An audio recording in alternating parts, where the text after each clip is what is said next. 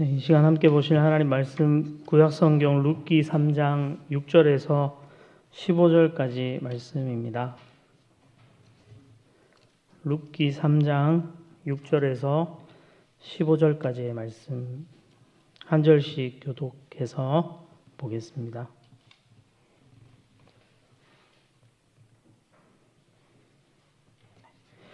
찾으신 줄 알고 제가 6절 말씀 먼저 읽겠습니다. 그가 타작마당으로 내려가서 시어머니의 명령대로 다 하니라.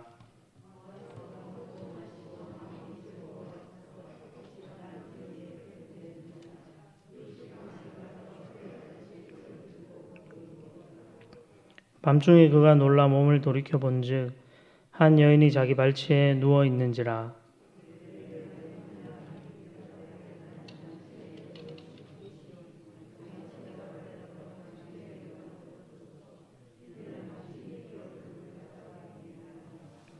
그가 이르되 내 딸아 여호와께서 내게 복 주시기를 원하노라.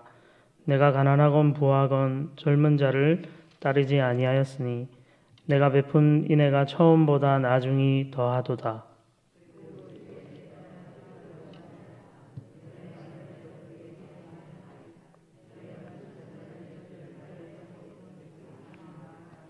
참으로 나는 기업을 물을 자이나 기업 물을 자로서 나보다 더 가까운 사람이 있으니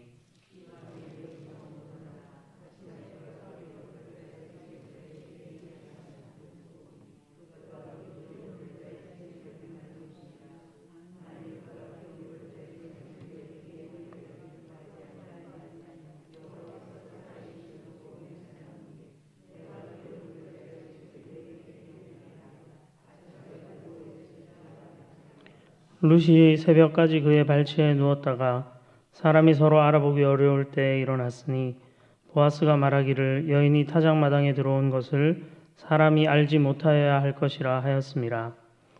보아스가 이르되 내 겉옷을 가져다가 그것을 펴서 잡으라 하매 그것을 펴서 잡으니 보리를 6번 되어 룻에게 지워주고 성읍으로 들어가니라. 아멘. 오늘 이 본문의 말씀을 의지해서 타작마당의 룻과 보아스라는 제목으로 하나님 말씀을 나누고자 합니다. 룻은 보아스의 밭에서 이삭 줍는 일을 허락받고 보리 추수부터 시작해서 밀 추수가 끝날 때까지 이삭을 주우면서 시어머니 나오미와 함께 지냈습니다. 통상적으로 보리 추수와 밀 추수의 기간은 7주 정도가 걸리는 그런 시간이었다고 합니다. 이 7주의 시간 동안 보아스의 밭에서 날마다 룻은 이삭을 주었을 겁니다. 이 기간 동안에 충분히 시어머니를 모실 수 있는, 함께 먹고 살 수 있는 양식을 모아 두었겠지만 근원적으로 룻은 다시 양식을 구하는 자리로 나아가야 했을 겁니다. 그렇기에 이 두 여인의 미래가 보아스라는 한 사람의 호의로 영원토록 보장되는 것은 아니었습니다. 이때 시어머니 나오미가 룻에게 대담한 제안을 합니다. 그 내용이 1절부터 5절까지 오늘 읽지 않은 앞부분에 기록되어 있는데 이 대담한 제안에 대해서 룻은 시어머니의 명령으로 여기고 그대로 순종을 하고 있습니다.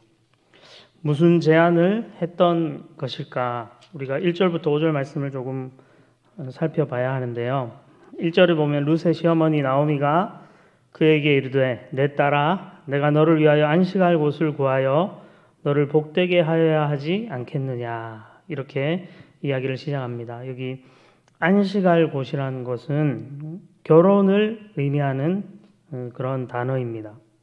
룻기 1장 9절에 남편의 집에서 위로를 받게 하시길 원하노라 축복하면서 두 며느리를 돌려보냈는데 이 남편의 집에서 위로를 받게라는 단어하고 오늘 여기서 말하는 안식할 곳은 같은 어근의 그런 단어입니다.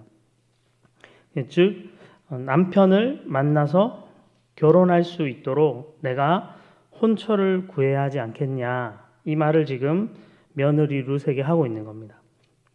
우리 현대 사회에서는 많이 달라졌지만 여전히 성인 여성이 남편이 될 사람을 만나서 결혼하는 것은 혼자 사는 삶보다 더 안전하게 여겨집니다.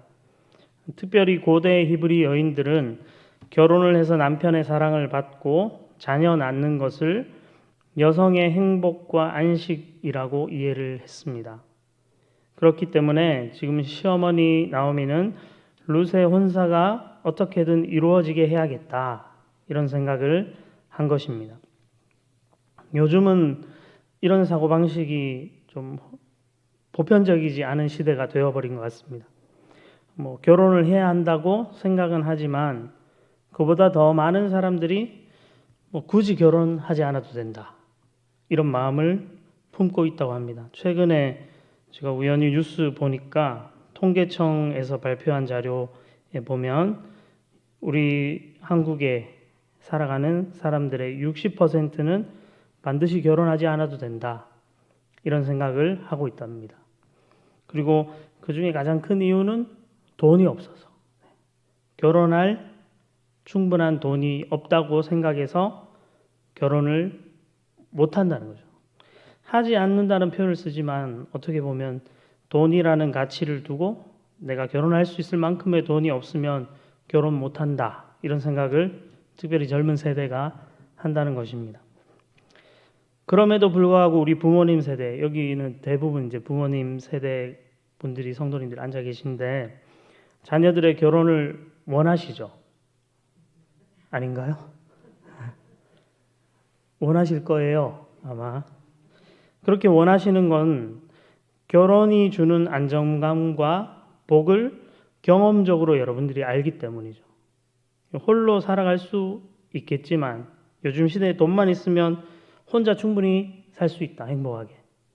그런 말을 어느 정도 할 수 있겠지만 결혼 생활 안에서 누리는 이 안정과 복, 특별히 자녀를 양육하고 키워가는 그런 사람에게 주어진 커다란 그 축복을 경험하려면 결혼이 필수적이기 때문에 우리 부모님 세대는 간절히 원하실 겁니다. 자녀들이 참 복된 배우자를 만나서 결혼하기를 원하실 겁니다.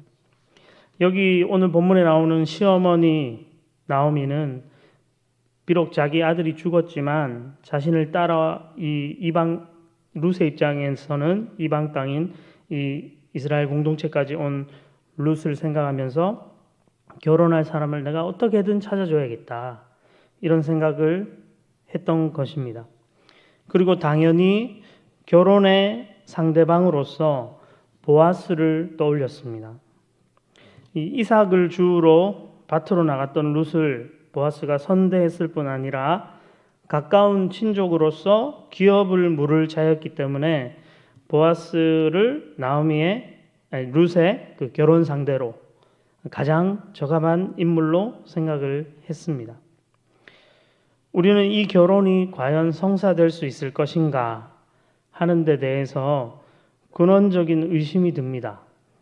왜냐하면 룻은 이방 여인이고 특히 이스라엘 총회에 들어올 수 없다고 하나님이 말씀하신 모압 출신의 여성이었고 한번 결혼했던 사람이죠. 그리고 과부인 시어머니를 모시고 있습니다. 그리고 결정적으로 가난합니다. 그런데 보아스는 어떤 인물인가요? 유력한 남자라고 표현됩니다.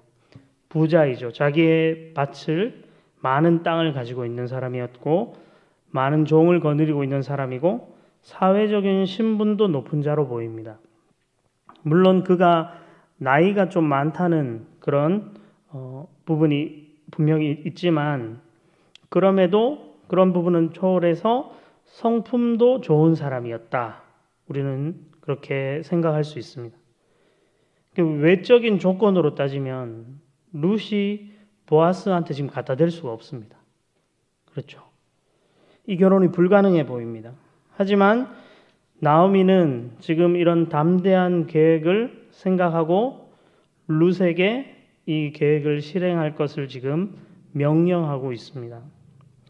이건 그냥 무작정 나오미가 지금 자기 뜻, 자기 의지를 가지고 이 보아스를 어떻게든 룻이랑 결혼시켜야겠다. 이 마음으로 하는 것이기보다는 그녀의 경험적인 이유 때문이죠.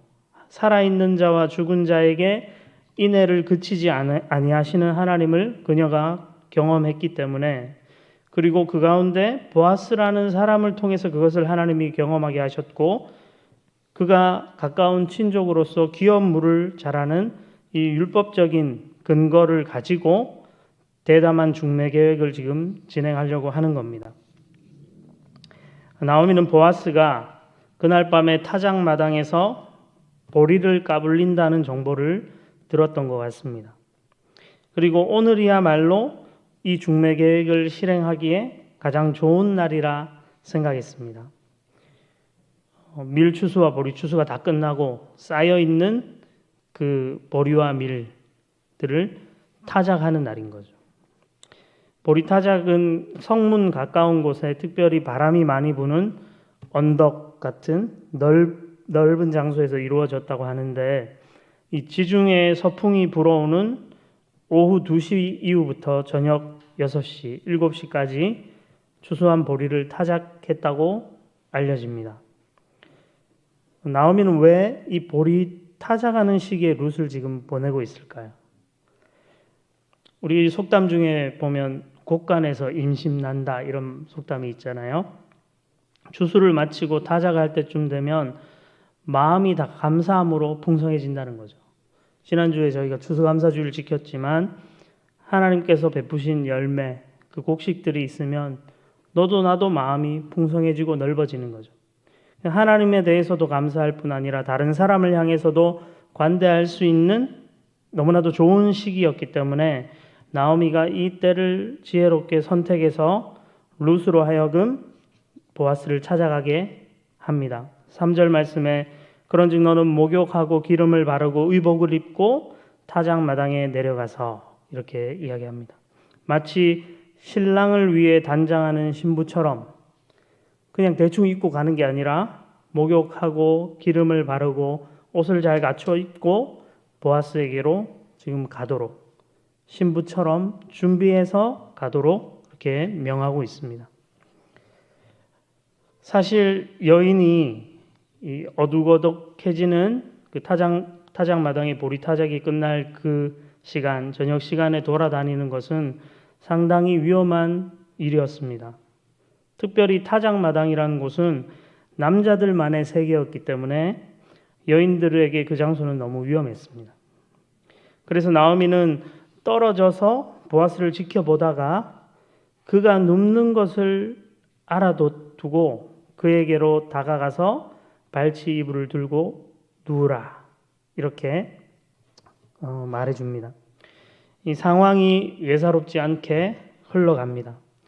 결혼을 지금 요청하러 가는 길인데 지금 보리 타작하는 이 어두운 밤중에 그 남자에게 지금 다가가고 있는 거죠. 발치 이불을 들고 거기 누우라. 우리 성경에 보면 발하고 치 이불은 작은 글자로 되어 있죠.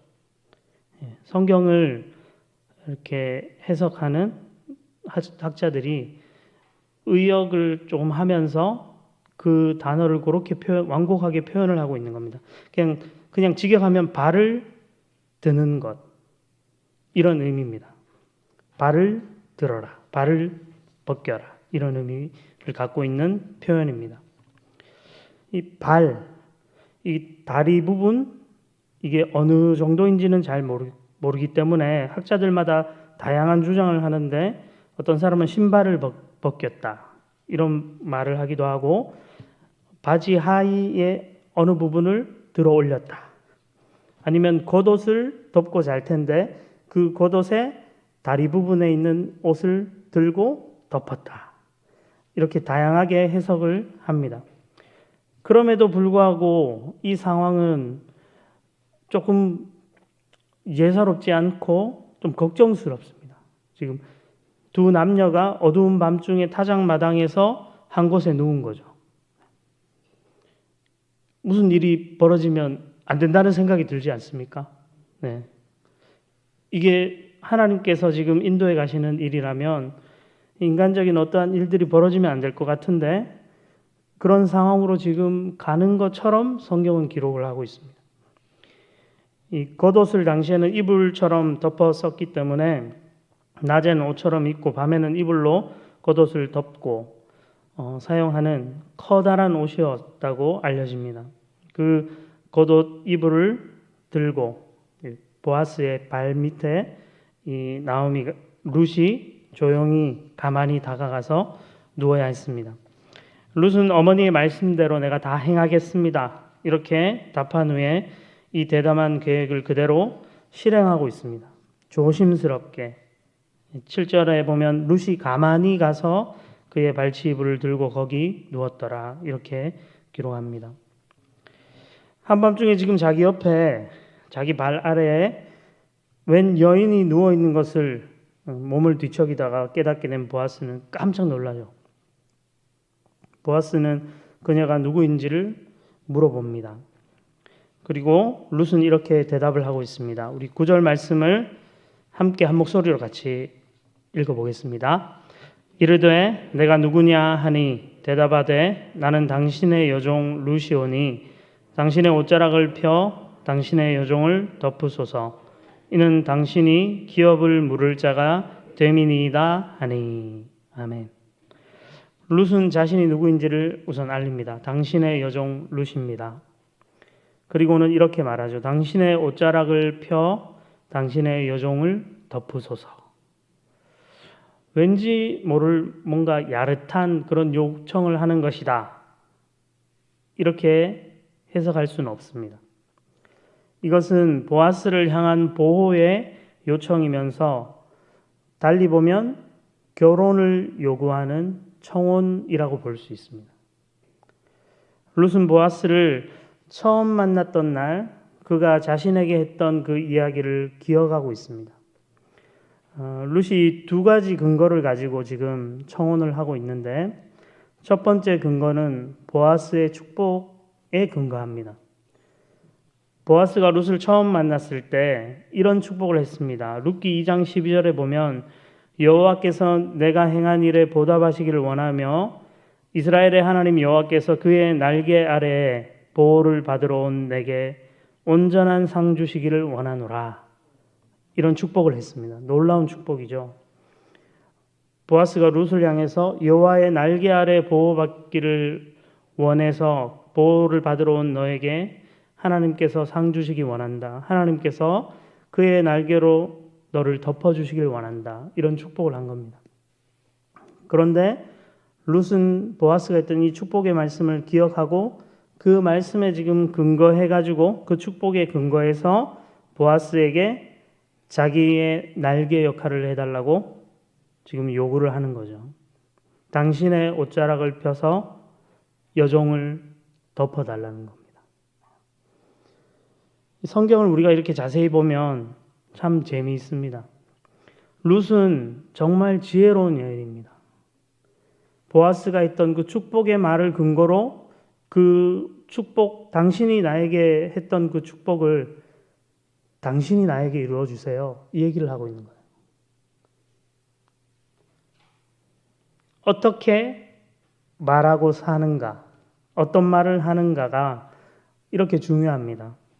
어떻게 축복하는가. 그리고 그 들은 말에 근거해서 지혜롭게 요청하고 답하는 일 또한 참으로 중요하다는 겁니다. 말씀을 잘 하셔야 됩니다, 여러분들. 축복하고 기도하겠다. 교회에서 흔히 하는 거짓말이라 하죠. 기도하겠습니다. 인사하면서. 기도해야 됩니다. 네, 기도하셔야 돼요. 함부로 기도하겠다고 얘기하시면 안 되죠. 기도하겠다고 약속했는데 선언했는데 돌아가서 그분을 위해서 기도하지 않는다. 거짓말이 되어버리죠. 하나님 앞에. 진지한 태도로 우리는 말하고 때로 말한 것은 하나님 앞에 지켜야 되는 거죠. 룻은 보아스에게 빠져나갈 구멍을 지금 안 주고 있습니다. 당신이 그렇게 나에게 축복했는데 당신의 날개로 여호와 하나님께서 허락하신 당신의 그 겉옷으로 당신의 날개로 나를 덮어주십시오. 이런 요청을 합니다. 두 번째 근거는 무엇일까요? 보아스가 기업물을 자라는 사실입니다. 기업물을 자로서 나와 나의 시어머니 나오미를 책임질 이유가 당신에게 있다는 거죠. 구약 성경을 보면 기업물을 자에 대한 이야기를 하고 있습니다. 기업물을 자의 책임은 크게 세 가지로 이해됩니다. 피를 무르는 것, 몸을 무르는 것, 땅을 무르는 것. 이렇게 크게 세 가지인데, 피를 무른다는 것은 무고하게 살해된 친척이 있다면 그 친척의 피를 복수하는 겁니다. 친척이 죽었으니까 그 죽은 친척을 대신해서 가해자, 살인자를 처단해야 할 그런 의무가 기업물을 자에게 있습니다. 두 번째로는 몸무르기인데, 몸무르기라는 것은 가난으로 인해서 친족이 노예로 팔리게 되었을 때 값을 지불하고 그를 풀어주는 것입니다. 그게 기업물을 자의 책임입니다. 마지막 세 번째로 땅 무르기는 가난으로 인해서 물려받은 땅을, 하나님의 기업이죠. 그 땅을 팔아버렸을 때 그 땅을 돈을 주고 되사와야 하는 책임이 기업물을 자에게 있습니다. 이 기업물을 자로서 지금 보아스는 나오미의 남편 엘리멜렉 가문의 가까운 친족인 겁니다. 그런데 룻이 지금 언급하는 결혼 요청과 이 기업물을 자의 책임 사이에는 큰 연결고리가 없어 보입니다. 이 세 가지 항목에 피 무르기와 몸 무르기, 땅 무르기에 해당되지 않죠. 룻이 결혼을 요청하는 것은 그보다는 계대 결혼 제도에 더 가까운 요청입니다. 계대 결혼은 무엇인가요? 형이 아들 없이 죽었을 때 시동생이 형수와 결혼해서 아들을 낳고 그 아들을 자기 족보 아래에 두는 게 아니라 형의 아들로 주어서 그 가문이 이어지도록 하는 것. 이게 바로 계대 결혼 풍습입니다. 구약 성경에 하나님이 명하신 거죠. 어려움에 처한 가족 그리고 형제를 구해내는 것. 이 원리상으로는 기업물을 자의 책임과 계대 결혼의 이 제도는 일맥상통합니다. 그렇기 때문에 룻에게는 계대 결혼의 책임을 질 지금 남편의 형제도 다 죽었죠. 없습니다. 나오미의 아들들이 지금 다 죽었잖아요. 말론, 기럧 다 형제가 다 형제지간에 다 죽어버렸기 때문에 계대 결혼을 요청할 상대조차 없는 거죠. 이 계대 결혼의 책임을 질 남편의 형제도 없기 때문에 기업을 물을 자로서 보아스가 그 책임을 져달라고 지금 요구를 하고 있는 겁니다. 이 두 가지 근거에 의해서 보아스가 했던 그 축복과 기업물을 자로서의 책임이 있는 이 보아스의 그 친족 관계, 이 두 가지의 그 근거에 의해서 룻은 보아스를 향해 청혼을 지금 한 것입니다. 그다지 달콤하고 달달한 청혼은 아니죠. 어두운 밤중에 갑자기 발밑에 나타나서 나를 놀라게 하더니 내가 했던 말을 근거로 청혼을 하고 기업물을 자의 책임을 이행해 달라고 지금 거의 협박처럼 느껴졌을 수도 있지 않을까요? 밤중에 찾아와가지고 몰래 와가지고 새벽 한밤중에 이런 이야기를 꺼내는 이 여인. 보아스는 어떻게 반응했을까요? 보아스는 자신에게 청혼하고 있는 룻에게 이런 반응을 보입니다. 10절과 11절 말씀에 이렇게 돼 있죠. 그가 이르되 내 딸아 여호와께서 내게 복 주시기를 원하노라.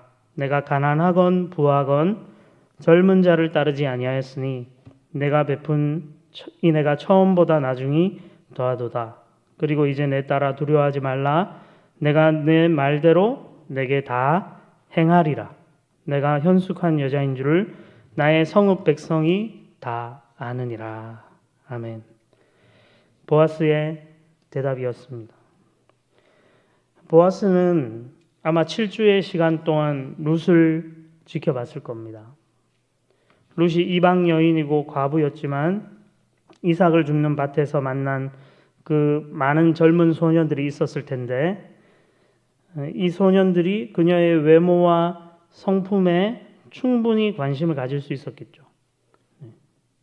룻은 상당히 어렸을 것이라고 추측을 합니다. 그렇기에 보아스는 룻이 젊은 자를 따라서 재혼할 수 있는 가능성이 충분히 있다고 생각했던 것 같아요.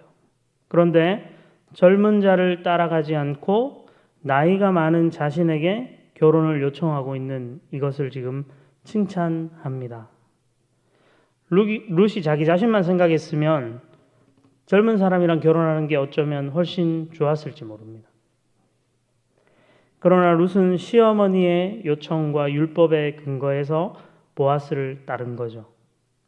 룻의 처음 인애는 부모와 고국을 떠나서 전에 알지 못하던 나라 이스라엘 공동체로 들어와서 시어머니 나오미를 돌본 것이라고 한다면, 여기 보아스가 말하는 나중 인애는 젊은 사람과 결혼하기보다 기업을 무르기 위해서, 율법에 책임을 다하기 위해서 보아스와 결혼하라는 이 시어머니의 명령에 순종한 것을 말하는 겁니다. 룻의 이러한 모습을 바로 현숙한 여인이라고 보아스는 부르고 있는 거죠. 우리가 살아가는 이 시대는 지극히 자기중심적인 선택을 하는 시대입니다. 그런 사회입니다. 이런 사회 속에서 하나님의 말씀과 언약, 율법에 의지해서 자신의 삶에서 이 인애를 보이는 그런 사람을 우리는 찾아보기가 점점 힘이 듭니다. 하지만 룻은 달랐습니다. 그래서 보아스는 룻을 현숙한 여인이라고 높여주고 있는 겁니다. 이 성읍의 모든 사람들이 룻, 당신이 현숙한 여인이라는 것을 다 알고 있습니다. 놀라운 축복이죠. 놀라운 고백을 듣는 겁니다. 당신이야말로 최고의 신부감입니다. 지금 이런 말을 해주고 있는 겁니다. 잠언 31장에 현숙한 여인의 모습에 대해서 길게 기록하고 있죠. 10절에 이런 말씀이 있습니다. 누가 현숙한 여인을 찾아 얻겠느냐? 그의 값은 진주보다 더하니라. 극찬을 하고 있습니다. 진주보다 더한 값을 지는 이 현숙한 여인 룻의 요청을 보아스는 그 자리에서 바로 승낙합니다. 그런데 한 가지 문제가 남습니다. 그것은 보아스보다 더 가까운 친족이 한 사람이 있다는 거죠. 가까울수록 기업 물을 자의 책임에 우선순위를 가지는데, 보아스는 자기보다 엘리멜렉 집안과 가까운 사람이 있다는 것을 알고 있는 거죠. 그리고 그 사람이 만약에 이 기업 물을 자의 책임을 지겠다고 하면 보아스는 이 결혼을 할 수가 없습니다. 해줄 수 없습니다. 그 사람이 하는 겁니다. 그렇기 때문에 보아스는 그 사람한테 내가 찾아가서 대충 얘기하고 내가 해줄 테니까, 이런 식이 아니라 율법의 기준대로, 하나님 말씀의 기준대로 그 사람에게 가서 이 책임을 질 것인지 묻고, 그가 이행하지 않겠다고 하면 내가 반드시 이행하겠다, 이런 약속을 해주고 있습니다. 룻기에서 가장 좀 신비하고도 아름다운 장면이라고 저는 생각을 합니다. 오늘 이 본문은. 우리는 이 본문을 통해서 한 세 가지 정도, 이 세 인물을 통한 어떤 교훈과 적용점을 찾아보고 말씀을 마치려고 합니다. 우리는 나오미, 이 시어머니의 대담한 계획을 보면서 놀라게 됩니다. 전에 그녀는 인생의 비극으로 인해서 자신을 마라라고 부르라고 했던 그 여인입니다. 내 인생이 너무 쓰라리다. 하지만 이제 이 시어머니 나오미는 살아있는 자와 죽은 자에게 인애를 그치지 않으시는 하나님과, 그리고 유력한 남자 보아스를 만남으로 담대한 마음을 품었습니다. 하나님을 믿는다는 건 어쩌면 이렇게 담대해질 수 있다는 것인지 모르겠습니다. 세상적 기준으로는 룻을 보아스 옆에 갖다 대면 안 되죠. 그러나 하나님이 보여주신 그 인애와 보아스라는 그 사람을 보고 이 놀라운 계획을 꿈꾸고 또 며느리 룻에게 실행하게 명령합니다. 우리가 담대하게 하나님의 인자하심을 의지하고 또 하나님의 도우심을 바라보면서 사는 그런 성도님들 우리 아멘 교회가 되면 좋겠습니다.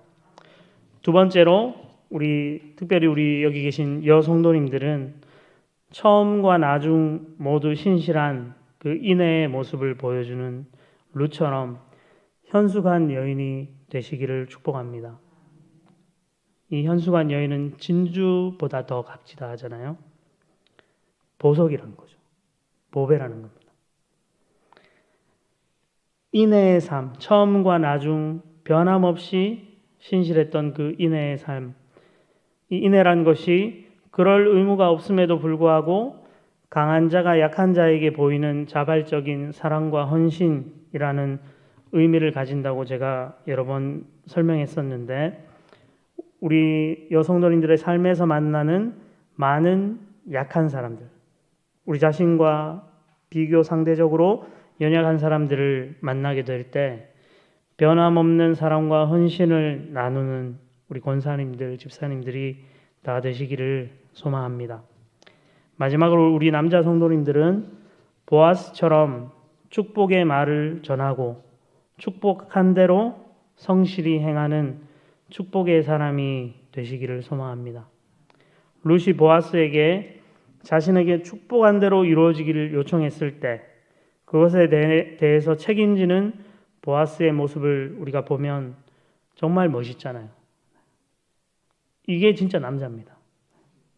그냥 막 소리 크고 막 집에서 뭐 막 내 생각대로 막 하고 이런 게 남자, 상남자 이런 거 아닙니다. 성경을 우리가 제대로 봐야 돼요. 보아스 같은 사람이 진짜 백이. 이 사람의 모습을 닮아가는, 이런 멋진 모습을 닮아가는 우리 장로님들, 우리 남자 집사님들이 되시기를 소망합니다. 그렇게 우리가 말하고 축복한 대로 책임을 신실하게 감당하면 여기 계신 우리 성도님들을 통해서 우리 성도님들의 가정과 직장과 교회는 반드시 생명을 누리게 되어 있습니다. 우리가 이 한평생 짧은 시간을 살아가면서 하나님의 말씀에 이렇게 신실하게 의지하고 또 믿음으로 살아가는 우리 아멘교회와 복된 우리 성도님들 다 되시기를 바랍니다. 우리 시간에 같이 찬양하면서 기도하면 좋겠습니다. 주님 말씀하시면 이라는 찬양인데요. 찬양 드린 후에 같이 기도하겠습니다. 주님 말씀하시면 내가 나가리라. 주님 뜻이 아니면 내가 멈춰서리라. 나의 가고 서는 것 주님 뜻에 있으니 오 주님 나를 이끄소서. 주님 말씀하시면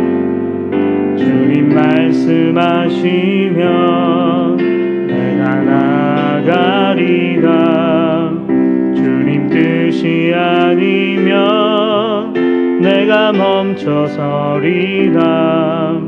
나의 가고 서는 것 주님 뜻에 있으니 오 주님 나를 이끄소서. 뜻하신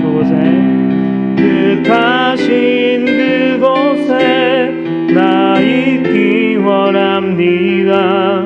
이끄시는 대로 순종하며 살리니 연약한 내 영혼 통하여 일하소서. 나라와 그 뜻을 위하여 뜻하신 그곳에 나 있기 원합니다. 이끄신 대로 순종하며 살리니 연약한 내 영혼 통하여 일하소서. 그 뜻을 위하여 오 주님 나를 이끄소서. 오 주님 나를 이끄소서. 말씀을 생각하면서 먼저 함께 기도하기를 원합니다. 살아있는 자와 죽은 자에게 은혜 베풀기를 그치지 않으시는 하나님을 만나고 담대한 믿음을 가졌던 나오미처럼 우리도 그런 믿음의 사람, 하나님을 의지하는 삶을 살게 해 주옵소서. 우리 아멘교회 여성도님들이 룻처럼 인애를 베푸는 삶을 삶으로 현숙한 여인이라 불리는 복을 누리게 하옵소서. 우리 아멘교회 남성도님들이 보아스처럼 축복한 대로 성실하게 행하는 멋지고 탁월한 그런 사람들이 되게 해 주옵소서. 우리 말씀을 생각하며 이 시간 먼저 간절히 기도하겠습니다. 살아계신 하나님 아버지, 오늘도 우리를 이 수요예배 자리로 불러주시고 하나님의 말씀을 듣고 기도할 수 있게 하신 이 은혜에 감사를 드립니다. 나오미가 살아있는 자와 죽은 자에게 그 은혜를 그치지 아니하시는 하나님을 만나고 기업 물을 자인 보아스를 만나면서 그의 소식을 들으면서 담대한 마음을 가지고 며느리 룻을 보냈던 것처럼 우리에게 하나님의 그 은혜와 인자하심 때문에 담대한 마음을 품을 수 있는 용기를 허락해 주옵소서. 한 번뿐인 인생의 길을 걸어가는 동안 하나님을 의지하여 살아가는 멋진 인생, 복된 인생 되기를 원하오니 주여 우리를 사용하시고 함께해 주시옵소서. 특별히 우리 아멘교회 여성도님들 룻처럼 처음과 나중 모두 신실한 인애의 사람, 인자함을 베푸는 그런 사람 되기를 원하오니 주님 우리 여성도님들을 축복해 주시고 특별히 그런 신실한 삶을 통해 현숙한 여인으로 불리는 은혜와 복을 누리게 해 주시옵소서. 살아계시고 역사하신 하나님 우리 남성도님들에게도 그런 은혜를 주셔서 보아스처럼 자신이 말한 그 축복 그것대로 또 실천하며 행함으로 탁월한 사람, 유력한 자라 인정받는 복된 하나님의 사람들이 다 될 수 있도록 주님 도우시고 함께해 주시기를 간절히 바라고 원합니다.